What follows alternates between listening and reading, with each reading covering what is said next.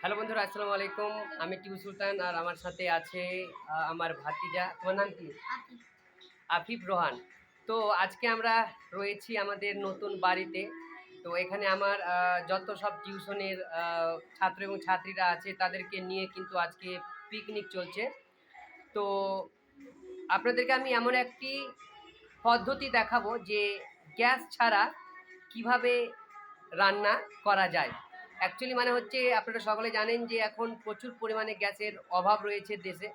তো গ্যাস না পেলেও কিন্তু গ্রামের মানুষের কিন্তু বুদ্ধি থাকে। তো চলো সেটা এখন আমরা দেখাবো যে কি উপায়ে আজকে আমাদের পিকনিকের রান্নাগুলো হচ্ছে।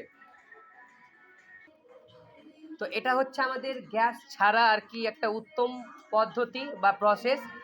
আমরা গ্যাস ছাড়াও কিন্তু রান্না করতে পারছি। এখন আমাদের ভাত রান্না চলছে। কিছুক্ষণ পরে আমাদের যে মানে সবজির যে আইটেমগুলো আছে সেগুলো পরে কিন্তু আমরা রান্না করব।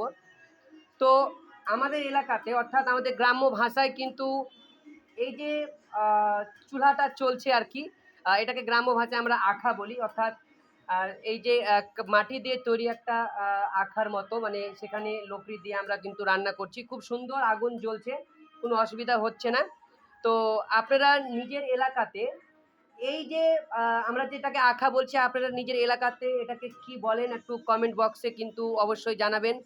আর যদি গ্যাস আপনারা না পান, আরও বিভিন্ন ধরনের পদ্ধতি রয়েছে রান্না করার, কিন্তু আমরা এই পদ্ধতি ইউজ করে কিন্তু রান্না করছি। আর আপনারা আপনাদের গ্রামের ভাষায় এটাকে কি বলেন, আপনারা কি আপনাদের গ্রামে এই ধরনের চুলা বা আখা কি আপনারা ইউজ করেন, অবশ্যই কিন্তু কমেন্ট বক্সে আপনারা জানাবেন। তো ধন্যবাদ সকলকে।